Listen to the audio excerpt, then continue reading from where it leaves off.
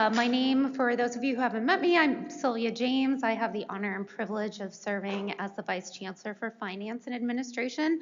I'm joined by my esteemed colleague, Cherie Berthon, who serves as our Associate Vice Chancellor for Fiscal Planning and Budget. As a reminder, a few housekeeping pieces for today. This is being recorded, and so it does get published out on our budget website for anyone who is unable to make it today or just loves it so much they'd like to listen to it repeatedly. It's also a really good place if you're looking for historical information. We have all of the kickoffs from prior years, as well as emails and anything you've ever wanted to know about our budget landscape and processes are out there on the website. So we really encourage you all to go out there and take a look at it.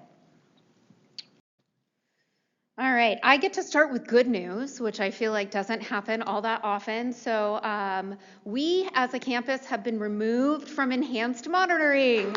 Yay!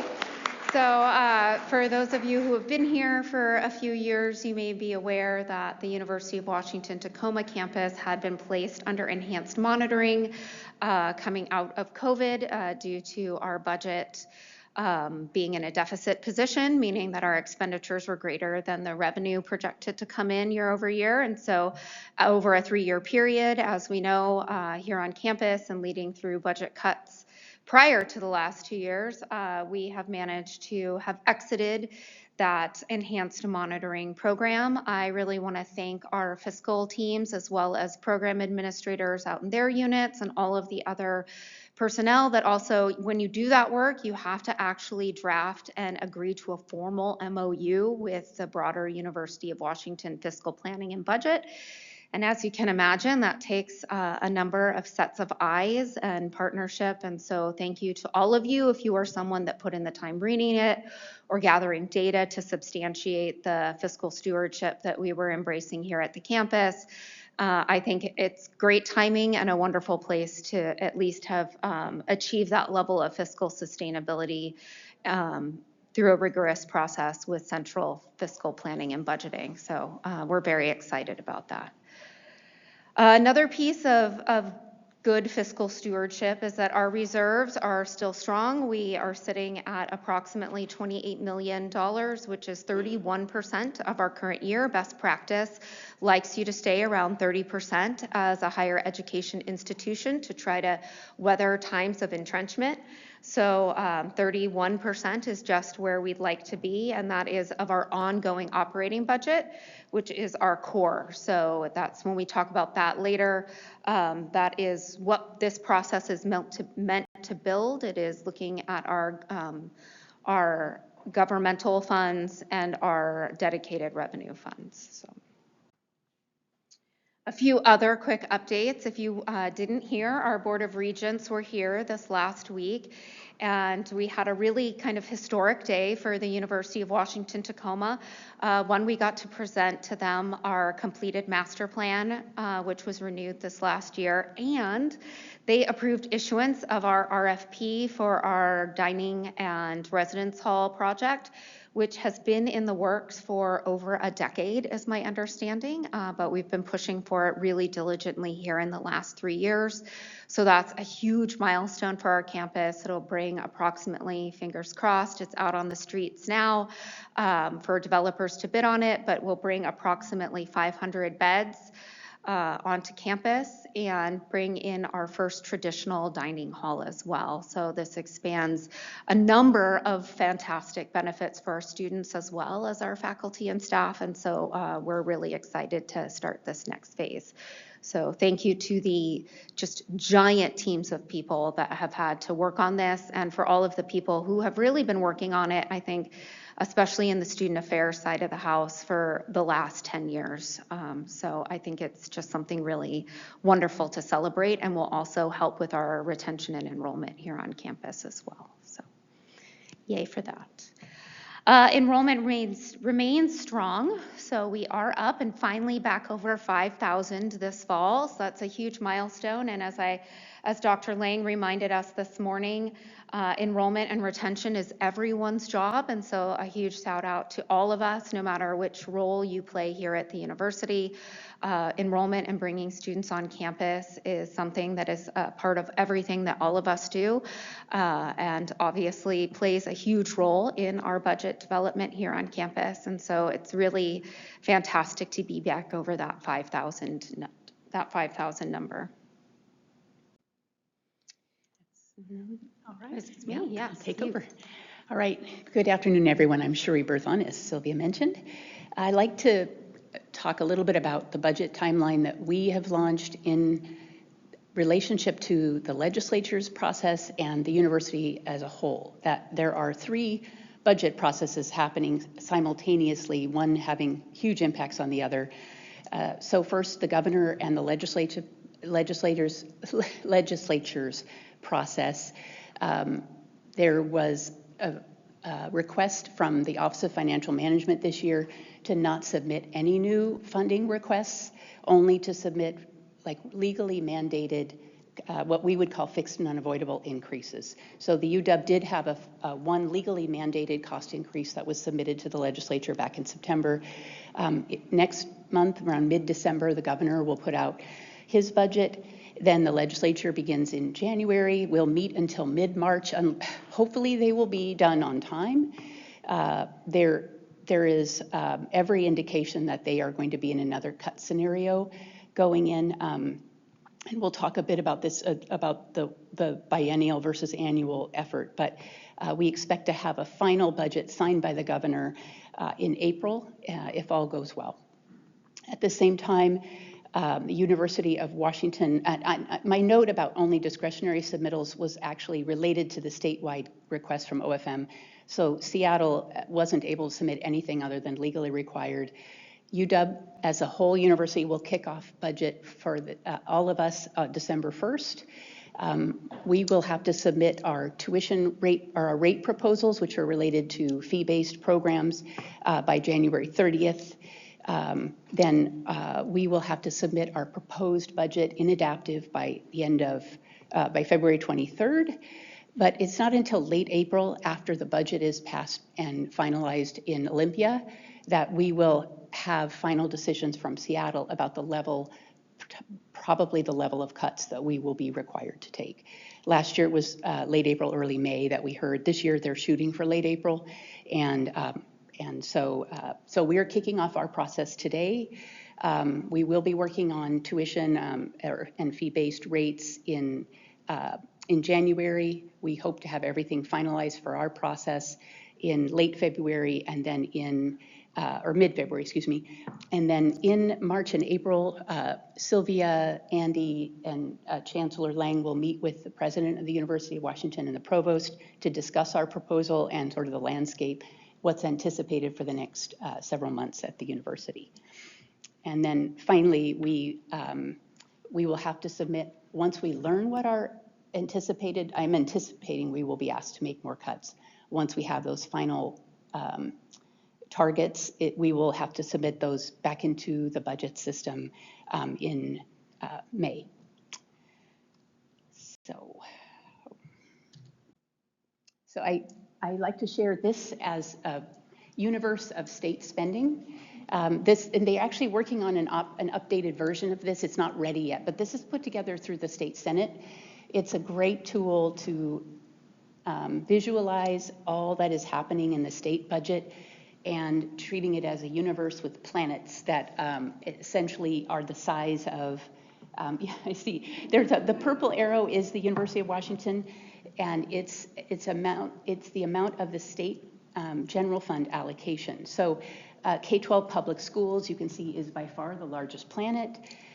Then we have in gold, sort of the human services, DSHS. In blue, just below public schools, you have the healthcare, which is low-income healthcare and behavioral health. Corrections is also a fairly sizable budget. Debt payments, that's all the payments on our capital investments across the entire state. And then the upper left-hand corner is higher ed, which is of the state general funds, the community technical colleges receive by far the largest. And then these smaller planets are the 7 universities and Evergreen State College. UW is this planet right here. So to get at the budget framework, that is important to understand what's happening this year. The legislature develops a budget for 2 years at a time, but it meets annually and can revise. So those years where they're revising a biennial budget, they're called supplemental years. That's what we're going into. The session is shorter, modifying their biennial budget with a supplemental budget. And so just to give you a sense of the total, we're looking at about 150 billion in the current operating budget. And I have covered, maybe I can, I'll say basically we're about 170 billion in spending, maybe 180 billion in spending across all 3 budgets. Their capital and transportation are much smaller, and we often will not talk so much about those here on campus because they don't drive as much of our daily reality. So to give you a sense too of the framework within there's 2 ways of looking at the state budget. You can look at all funds, which includes federal and all the dedicated funds where fees paid are going to support the services provided. But what's particularly interesting and impactful to us is the state general fund. It's also referred to as the state near general fund, and how much money is invested in each area. And so this is where, again, you're seeing the universe that we just looked at, but in a simpler chart. Public schools are by far the largest, that's K-12. Other human services, DSHS, higher education is closer to about 12 or 13% of the entire operating budget. And then if you look just how the dollars break out for state funds within higher ed, you can again see under that circle is this community technical colleges. They're getting 2.4 billion for this current biennium in state funds. University of Washington, 1.1. The Student Achievement Council is at about 1.3, and most of that is financial aid, as you probably all know. And then the regional and WSU are also quite well under $1 million. And this is, I think, one of the most useful diagrams in this presentation to understand our university as a whole, what drives our revenue, how our expenses are distributed across the entire enterprise, and to understand that, for example, this upper half is the academy, so it's basically 50% academy, 50% medical enterprise. The upper half of the academy is, when you look at state appropriations, there's a tiny little line going down to the medical system, and that's because the legislature puts a little bit of money into our medical system. But the majority of the state appropriations is going into the academy for the university's academic efforts. And the appropriation is really a very small amount of our entire budget as a university. It's a much larger share of ours here at UW Tacoma. We operate more like one of the regional universities, or even one of the, not quite so much like the community colleges because our tuition is higher, but essentially we are a little less than half state operating and a little more than half in tuition collection, supporting most of our operations. So I think that is, okay, one last fiscal context slide. This is just dual axis where you're seeing our enrollment numbers on as they have dropped during COVID, come back up this year to over 5,000.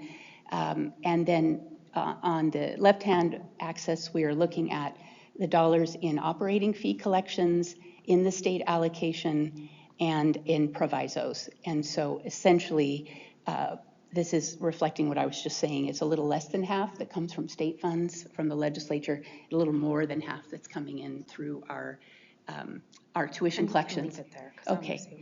And I do want you to notice that between 24 and 25 and 25 and 26, there's a $2 million drop in our state from 33 to 31.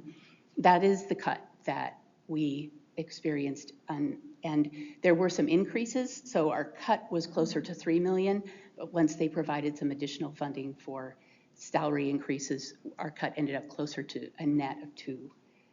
But that's a picture that lets you sort of see trends over time. One of the things that I think is really important about this slide too is the net operating fee collections, because you might say, what is that? And just for some frame of reference here, that's what we refer to as tuition and fees. So tuition is collected, but there are a number of things that come off of tuition. There's financial aid set-asides, there's the building fee that comes out of it, there is other pieces that then come out and are sort of siphoned off for a variety of reasons. And so when we say net operating fee collections, that's the amount of tuition that we get to continue to keep here directly at the campus for our functions within the operating budget. Just showing in different slices of funds here at the University of Washington, Tacoma. As Cherie mentioned, I believe the state general allocation that Cherie talked about, that comes from the state to the larger University of Washington within their realm of their budget, right, makes up about 4%. Here at the University of Washington, Tacoma, as she said, we look more similarly here at the campus as a regional or others. You can see that it makes up 34%. This has started to lead a bunch of us in higher ed, as well as within the community and technical colleges, to start referring to ourselves as state supported rather than state funded, given that the state now funds less than 50% of our operations. You'll see that also then we become more reliant on our student tuition and fees, that net operating fee collection, which is roughly about 50% now. When we look at expenses, I think if you've joined us before, it's no surprise here at the campus, nor anywhere else in higher ed for that matter, that well over 80% of our budget is made up of salaries and benefits. For individuals, whether that be faculty, staff, student positions, et cetera, as you have also experienced in the last few years and over a number of years of cuts, right? Many of those other things, like that other operating expenses category, get smaller and smaller as we start to think about how to operate more efficiently and effectively and to remain out of enhanced monitoring and with a balanced budget. And then obviously in some other areas such as supplies and materials, et cetera. Which leads us to our next piece, I think. As Cherie mentioned, we are starting our budget process now as a campus. We really do that early to make sure that we can have the amount of consultation across the campus that we feel is necessary and important in our budget planning. But that often means that we feel like we do this 3 or 4 times, and we do. We start this process now with the best plans we have in hand, which means we don't yet know what the legislature will plan to do. We don't yet know where our tuition will be set, which is also legislatively governed. We don't know how the state will fund our compensation fund split, the amount that they give us towards individual salaries and benefits, which last year was reduced from 60% to 42%. We don't know what will happen with healthcare. As we know, there's plenty of uncertainty in the federal landscape and the impacts of indirect rates on the university as a whole. So we start now to try to plan so that as these other things come into play, we can be proactive and have spent some time really thoughtfully thinking about it as a campus and not be as reactionary as we would be if we just waited for something to come to us and then be trying to think about what we can do. As Cherie mentioned, in December, the university will kick off their budget process. We don't yet know what the impact to campus will be or what the instructions to us will be either. And then, as we also talked about, the governor will pass a budget, will present a budget that must be balanced, and the House and Senate will then present budgets, and hopefully we will know what happens by April. That being said, the university and in their system requires that we be done with our budget process by February, which again is before we actually know what will happen with the state system. So oftentimes that means that we present what we know in February as part of that budget. And like last year, we often have to come back again and refine that based on information that we learn that comes out of the state budget process. Given all of the other uncertainty that I just mentioned, as we begin our planning for this year, we are not going to be looking at any new ongoing funding requests. We will be taking any critical one-time requests. We know we have a number of initiatives on campus that maybe are multiple year initiatives that have already been started or that we are contractually obligated to work through. And so obviously we would like units to submit any of those that they are aware of.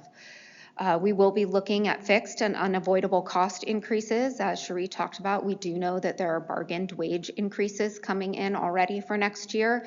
And as I mentioned, if it's a state-funded position, those bargained wage increases are only 42% funded by the state allocation. And so we already know that unless that number changes to the good, we already know that we will have to make up the difference in those bargained wage increases. Please, as divisions are working on this, know that here we centrally fund those, and so Cherie and her team will be calculating those amounts, and will then be distributing them out to the units. And as we promised when we sort of started and revamped this budget process, our forms will be similar and mostly consistent year over year. So there shouldn't be any surprises there for those of you that get to fill out the lovely Excel spreadsheets. As we look at this and we think about all of the things that are happening, we are anticipating state and federal funding reductions. So we do ask that right now in these planning scenarios that you begin with a 3% and a 5% reduction scenario for next fiscal year. We do want to note as a campus that the university has continued to encourage units to be, even in the current year that we're in, looking at 5 and 10% reductions. And the chancellor has really advocated on behalf of the campus to continue to reinforce that 10% is just not something that we would be able to do without some sort of larger level of intervention. While we have asked divisions to model 3 and 5%, the chancellors and vice chancellors do have flexibility on how to distribute those potential reductions within their divisions, and we'll be working with your units to talk about what that looks like for each of you. And our fiscal year core allocations for the base in those areas will be distributed by November 21st. And if you remember last year, for anyone who wants to go back and look, anytime we distribute those numbers are also out and available on our budget website.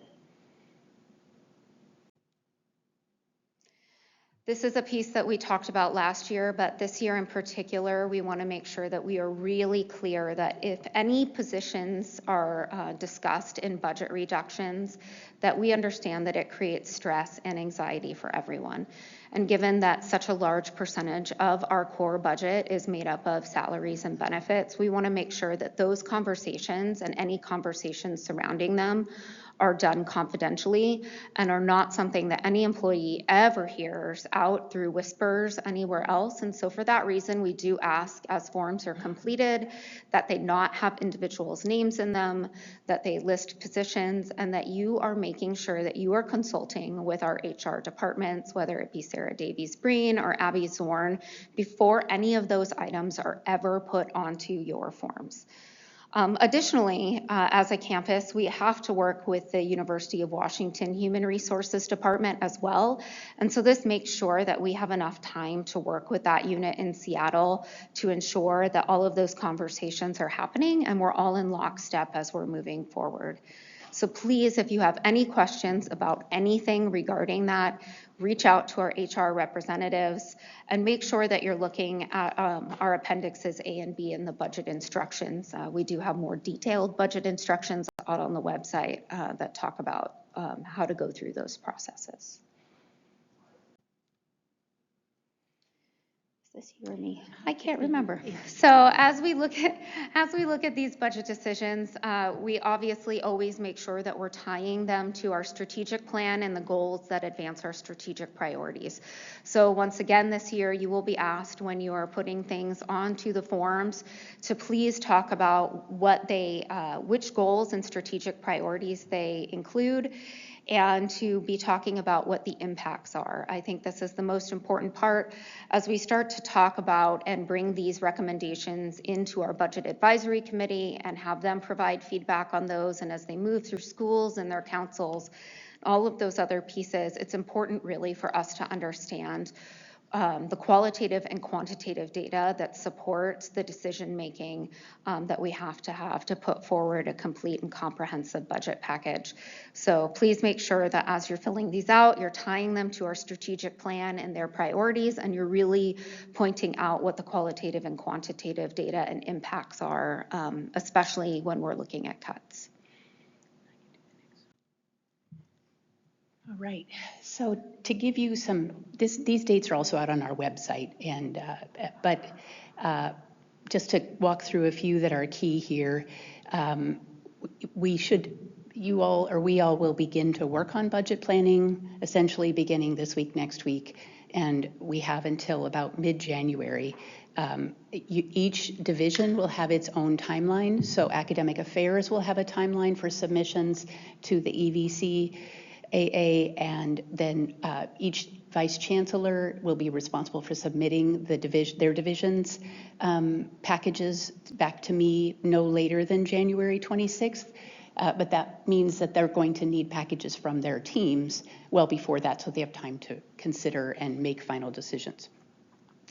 So just and Seattle says this all the time, but just please don't wait until January to start planning. It will not work out well, especially when we have cut scenarios on the table. In early February, the faculty hiring plan is due, and we expect that we have to finalize the decisions for our proposed UW-Tacoma budget in the adaptive system by February 23rd. So leadership here on this campus will hopefully be done with its decisions by February 18th. And then we will know final decisions, according to the UW so far, on what are the actual impacts from the legislative session and the larger budget issues at the university, what will be our share of that in late April. And then we will have a number of weeks to respond, react, adjust budgets, load them into adaptive, and then in late June is when there's a final adoption of next year's operating budget by the regents. Those of you who've been here for a year or more will probably remember these forms are essentially the same. There are much more limited options this year because we're not entertaining new ongoing increases. So this is a budget decrease form related to non-personnel related. So if you're wanting to propose cuts from supplies or professional services or contracts, you would do that on this form. It is set up so that your cost center will auto-populate, as will sort of the spending categories. The other form that you will use is the position form, and this is, as Sylvia mentioned, we are not listing employees' names or employee numbers. There are very few instances where we could see a value in one-time funding for staff, but that does occasionally happen. So there's the potential to ask for one-time funding related to personnel, but that should be very rare. It just doesn't make a lot of sense to add positions for a year. But this is the same form that you would use if you're going to present any staff-related reductions. And it will auto-populate benefits rates based on what we know today. If we get an updated benefits rate, we'll try to help you update those in the forms as the months go on. I just want to reiterate it is not feasible for you to submit a reduction to a position on this form without having first talked to HR. And weeks and weeks ahead. So that's critically important. Not all layoffs are possible. So there are a lot of conversations and steps that have to happen and time required before any personnel decisions are made and related to budget reduction. So please reach out to your HR representative if you think you are going to have to put forward reductions related to positions. Finally, Dustin actually is your support if you're within the schools or academic affairs. The rest of the campus would reach out to me if you have questions, and we'll do our best to support you as we go through. And that is all for one more link at the end, but open to questions or.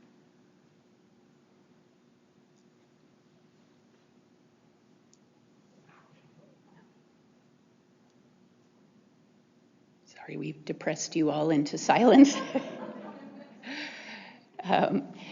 Well, you're always welcome to email or send questions in whatever way you'd like. Do you want to offer anything? Great. No, I just wanted to say thank you for everyone coming. I am starting to get more and more excited about there at least being more bodies in this room. I think 2 years ago we had 19. Last year I think we hit 60, and I'm going to go with more than 60. So I'm just happy to see everyone here. I think the more we understand our fiscal landscape as a campus, the more we can all articulate it and can advocate for the campus as well when we're in different conversations in the community as well as within the university, the better off we all are. And so I am just really encouraged by so many people being here today. And I just want to thank you all for your participation. I know budget cut years are not easy. And coming out of enhanced monitoring, I think makes that even more difficult for us. And that is something that we continue to advocate on behalf of the campus, the chancellor and I, and Andy in particular in our conversations. So as soon as we know more information, much like last year, we will make sure that the campus is aware of that as well. But otherwise, we're starting now.